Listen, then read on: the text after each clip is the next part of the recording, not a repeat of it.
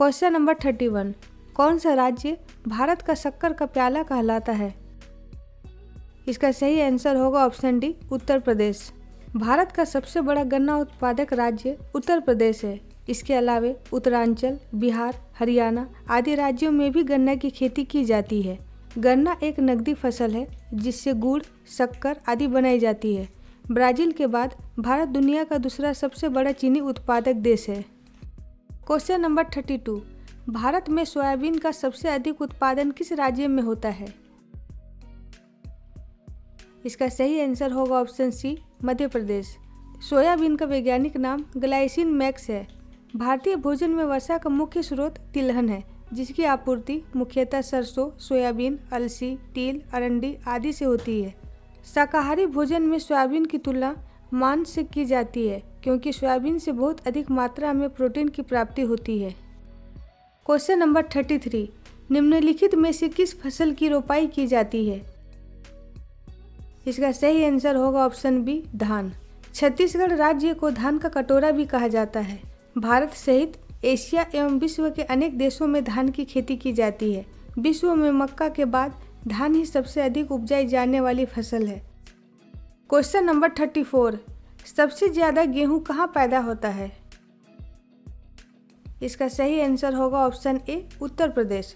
संपूर्ण भारत के लगभग 31.5 मिलियन हेक्टेयर भूभाग पर गेहूं की खेती की जाती है। प्रति हेक्टेयर गेहूं के उत्पादन में पंजाब सबसे आगे है, लेकिन गेहूं की कुल उपज की मात्रा के अनुसार उत्तर प्रदेश में सबसे ज़्यादा गेहूं की उपज होती है, क्योंकि उत्तर प्रदेश क्षेत्रफल की दृष्टि से पंजाब से बड़ा राज्य है। Question number 35। विश्व में हरित क्रांति के जनक हैं? इसका सही आंसर है option A, Norman E Borlaug. Norman E Borlaug का जन्म अमेरिका में हुआ था। इनके द्वारा विकसित गेहूं की उच्च उत्पादकता वाली प्रजातियों से गेहूं की उपज दोगुनी हो गई। इन्हें 1970 में नोबेल पुरस्कार, 1977 में प्रेसिडेंशियल मेडल ऑफ फ्रीडम तथा 2006 में पद्म विभूषण से सम्मानित किया जा चुका है।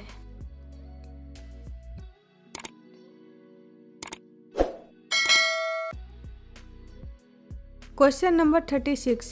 इंद्रधनुषीय क्रांति का संबंध है? इसका सही आंसर होगा ऑप्शन डी, उपरोक्त सभी से।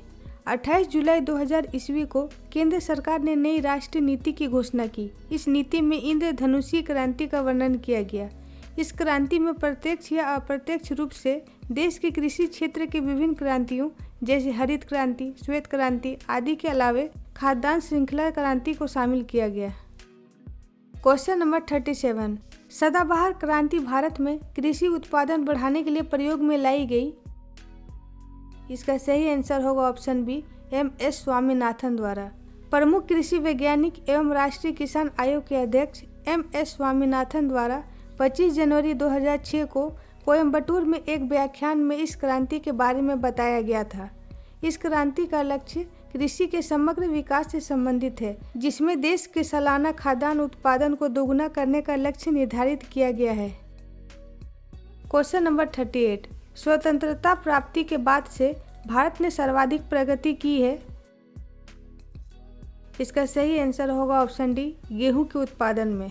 भारत में हरित क्रांति का सर्वाधिक लाभ गेहूं के उत्पादन में हुआ। इस क्रांति के कारण देश में गेहूं का उत्पादन प्रतिवर्ष बढ़ता गया। भारत में हरित क्रांति की शुरुआत 1966-67 ईस्वी में हुई थी। भारत में हरित क्रांति के पिता एम.एस. स्वामीनाथन को माना जाता है। Question number 39। हरित क्रांति में प्रयुक्त मुख्य पादप कौन सा था? इसका सही आंसर होगा ऑप्शन डी, मेक्सिकन गेहूं। डॉक्टर नॉर्मन बोरलॉन्ग ने मेक्सिको में विकसित गेहूं की नवीन बौनी प्रजातियों का प्रयोग कर भारत में हरित क्रांति की शुरुआत की। इस मेक्सिकन किस्म के गेहूं को तैयार करने का श्रेय 1950 के दशक में रॉकफेलर और फोर्ड फाउंडेशन को जाता है। Question number 40।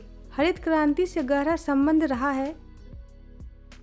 इसका आंसर होगा ऑप्शन ए, डॉक्टर स्वामीनाथन का। भारत में हरित क्रांति के पिता एम.एस. स्वामीनाथन को माना जाता है। इनके प्रयासों से नई कृषि रणनीति के तहत 1966-67 में हरित क्रांति की शुरुआत हुई। इन्हें 1971 में मैग्सेसे पुरस्कार, 1967 में पद्मश्री, 1972 में पद्म भूषण और 1989 में पद्म विभूषण से सम्मानित किया गया।